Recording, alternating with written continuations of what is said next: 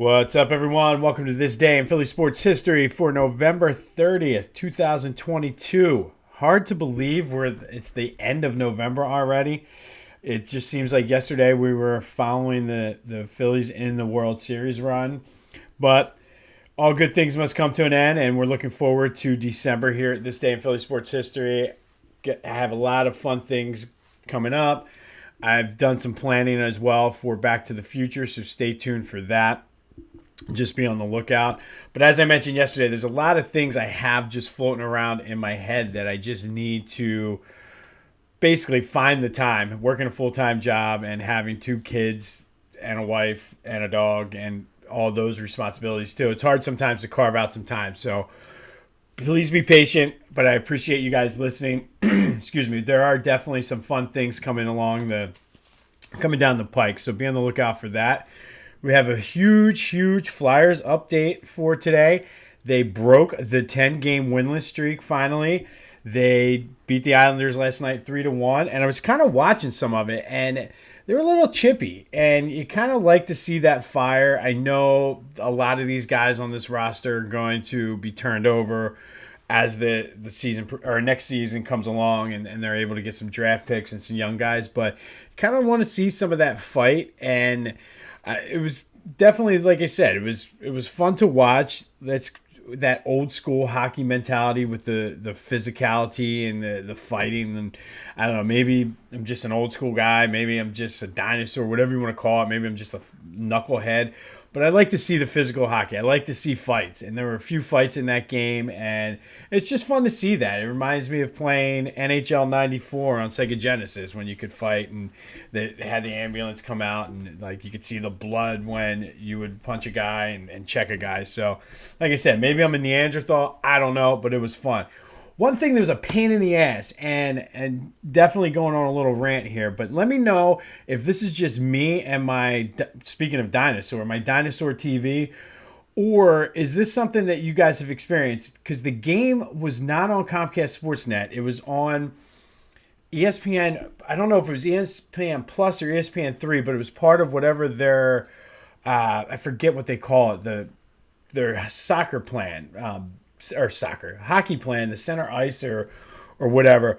But because it was through the internet, excuse me, I was not able to flip back and forth during commercial breaks. And I don't know if this is a marketing ploy.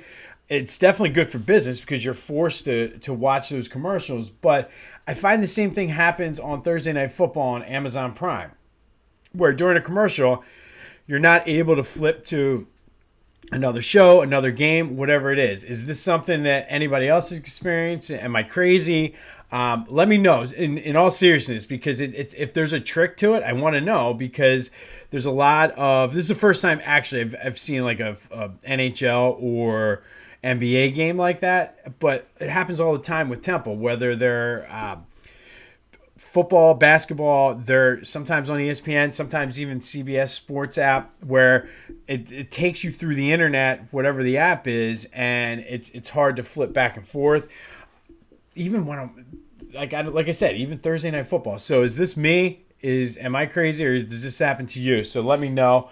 But good to see the Flyers and that losing streak. But again, remember, we're tanking for our top 3 draft picks, so let's maybe go on another 10-game losing streak, but have Carter Hart still play well like he has been.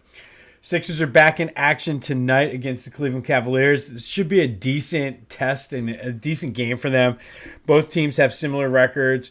Joe is back. Hopefully, we mentioned yesterday that Harden's on his way back. Temple LaSalle plays tonight at 6.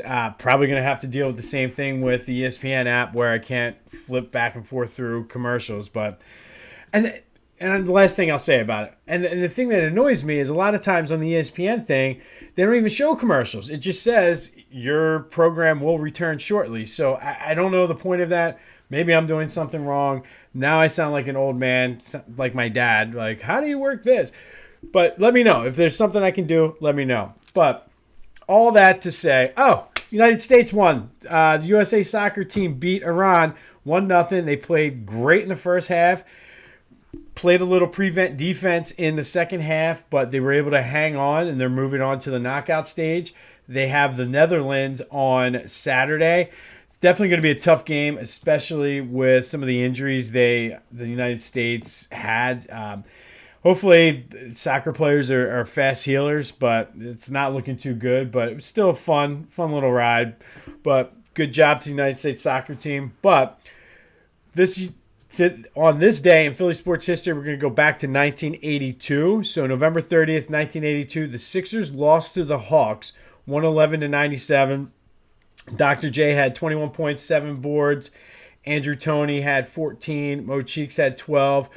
But the big story was Moses Malone had 25 points and 24 rebounds. Yes, 24 rebounds. Now, this loss, usually we don't talk about losses, but it dropped the Sixers record to 13-3 to start that season. They would go on to start the season 49-7, eventually winning 65 games, which is a pretty good season. Now, the Moses Malone aspect of this is coming into this season, the Sixers were the runner-ups the previous year to the Lakers. They had lost the finals in 6 games. And coming into that season, we talked about this before, from 1976 to 87, with the exception of 2 years, it was the Sixers and Celtics in the NBA Finals versus, I think there was a couple times Houston might have been in there, but they had come into that season, like I said, the runner-up. They had been to the finals 3 of the previous 6 seasons, and then the other 2 of the 3 that they missed, they were in the Eastern Conference Finals and lost to the Celtics. So they were always there and just could never get over the hump. So they went out, and it was Sam Katz's first year owning the team. He went out and tried to sign Moses Malone. Houston matched the offer, so they ended up pulling off a sign-and trade where the Sixers got Moses Malone in exchange for Caldwell Jones. There may have been some other minor players and money or whatever exchange, but for the most part, the Sixers got Moses Malone for Caldwell Jones, and it was a great move for the Sixers. Malone would go on to win the MVP. They dominated that whole season, winning 65 games. He made the prediction, the faux, where he said they were just going to sweep through the NBA playoffs. Ended up being a faux 5 because they lost 1 game, I think, to the Bucks in the Eastern Conference Finals.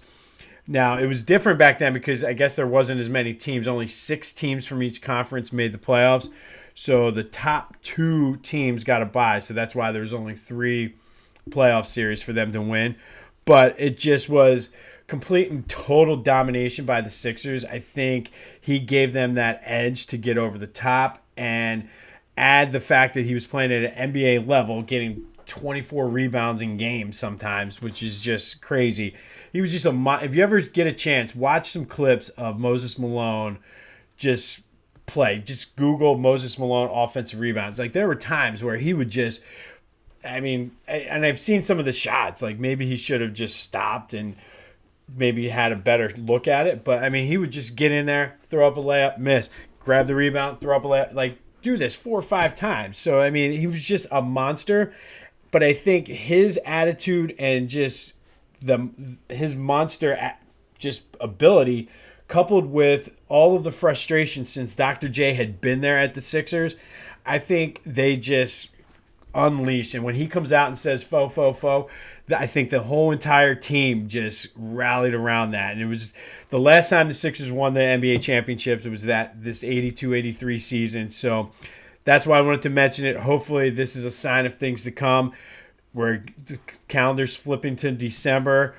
We got James Harden coming back. Maxey will be back eventually. You have guys like Tobias Harris and Shake Milton playing well off the bench. Let's get the Sixers on a run. We did it with the Phillies. We said this was #new Philly, and we willed them to the World Series. And yes, we are going to take credit for that here at this day in Philly sports history. But let's try to will the Sixers to go on a run here. All right? Things are looking good. Let's pay homage to the 82-83 team, Moses Malone. I'm not making any faux predictions, but let's go. Let's get it. This is new Philly. Let's go Sixers. Let's keep it rolling. The Eagles are going to win this weekend. Temple beats LaSalle tonight. Go have yourself some Wednesday, and until next time, I'll see you when I see you.